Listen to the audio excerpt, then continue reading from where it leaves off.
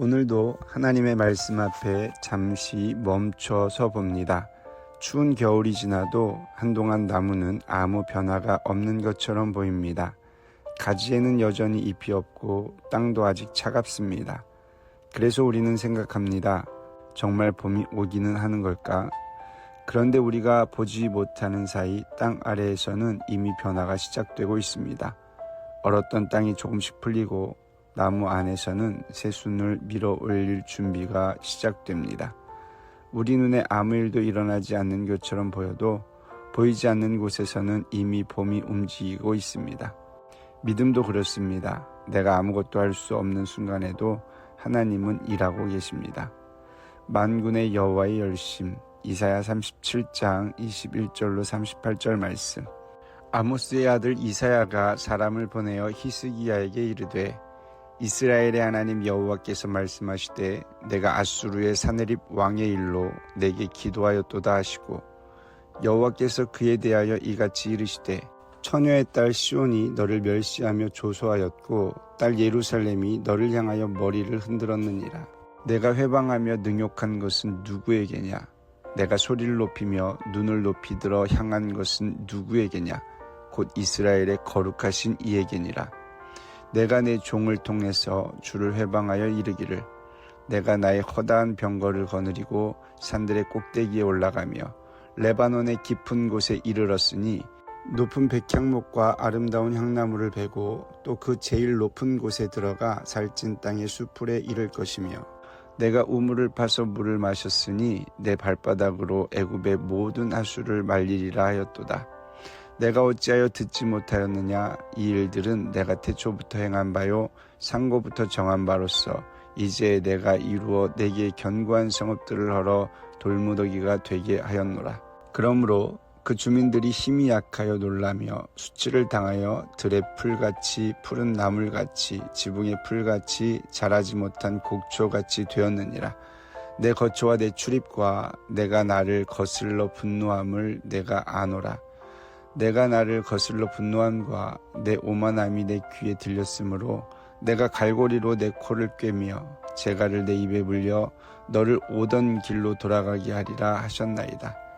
왕이여 이것이 왕에게 징조가 되리니 올해는 스스로 난 것을 먹을 것이요 둘째에는 또 거기에서 난 것을 먹을 것이요 셋째에는 심고 거두며 포도나무를 심고 그 열매를 먹을 것이니이다. 유다 족속 중에 피하여 남은 자는 다시 아래로 뿌리를 받고 위로 열매를 맺으리니 이는 남은 자가 예루살렘에서 나오며 피하는 자가 시온산에서 나올 것임이라. 만군의 여호와의 열심히 이를 이루시리이다. 그러므로 여호와께서 아수르 왕에 대하여 이같이 이르시되 그가 이 성에 이르지 못하며 화살 하나도 이리로 쏘지 못하며 방패를 가지고 성에 가까이 오지도 못하며 흉벽을 쌓고 치지도 못할 것이요 그가 오던 길 곧 그 길로 돌아가고 이 성에 이르지 못하리라. 나 여호와의 말이니라. 대저 내가 나를 위하여 내 종 다윗을 위하여 이 성을 보호하며 구원하리라 하셨나이다 아니라. 여호와의 사자가 나가서 아수르 진중에서 18만 5천인을 쳤으므로 아침에 일찍 일어나 본즉 시체뿐이라.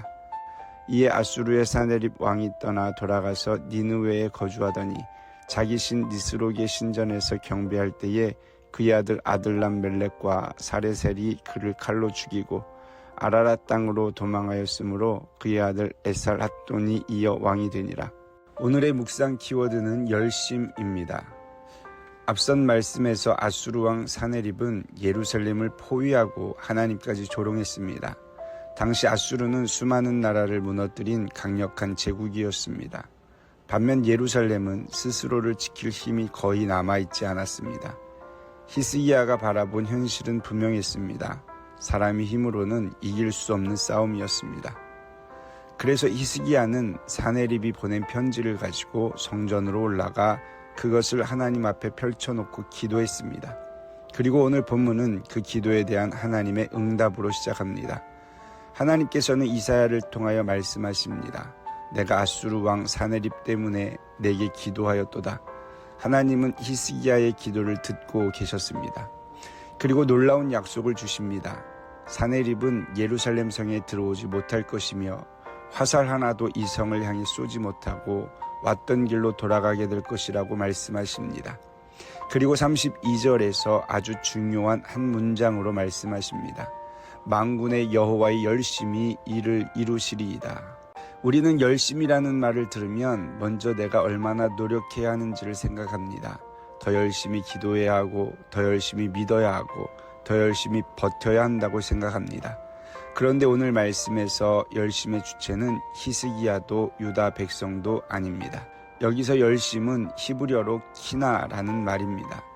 부지런히 일한다는 뜻을 넘어 자신이 사랑하는 것을 향한 뜨거운 열정과 포기하지 않는 마음을 담고 있습니다. 예루살렘을 구원하는 일은 히스기야의 능력에 달려있지 않았습니다. 하나님께서 자기 백성을 사랑하시고 하신 약속을 신실하게 이루어 가시는 하나님의 열심에 달려 있었습니다.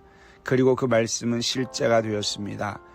그 밤 여호와의 사자가 아수르 진영을 치셨고 사네립은 예루살렘을 무너뜨리지 못한 채 니느웨로 돌아갔습니다. 사람의 방법이 끝난 자리에서 하나님의 일이 시작되었습니다. 그래서 오늘 말씀은 우리에게 묻습니다. 지금 나는 무엇을 더 열심히 해야 하는지만 생각하고 있습니까? 아니면 나를 위해 일하고 계시는 하나님의 열심을 믿고 있습니까? 내 힘이 부족해도 괜찮습니다. 내가 모든 답을 가지고 있지 않아도 괜찮습니다. 내 열심이 다한 자리에서도 하나님의 열심은 멈추지 않습니다. 오늘의 적용입니다. 오늘 하루 내 힘으로 해결하려고 애쓰던 한 가지를 잠시 내려놓아 보십시오. 그리고 천천히 이렇게 고백해 보십시오. 주님, 제 열심이 아니라 주님의 열심을 믿겠습니다. 내가 해야 할 일은 충실히 하되 결과까지 붙들려고 하지 마십시오. 오늘 하루만큼은 그 결과를 하나님께 맡겨보십시오. 믿음은 아무것도 하지 않는 것이 아니라 내가 할 일을 한 뒤 하나님의 일하심을 기다리는 것입니다. 기도하시겠습니다. 사랑의 하나님, 내 힘과 노력으로 모든 것을 해결하려 했던 마음을 내려놓습니다. 오늘 말씀을 통하여 우리의 소망이 나의 열심이 아니라 하나님의 열심에 있음을 믿게 하옵소서. 내가 보지 못하는 순간에도 일하시고 내가 지친 순간에도 멈추지 않으시는 주님을 신뢰하게 하여 주옵소서.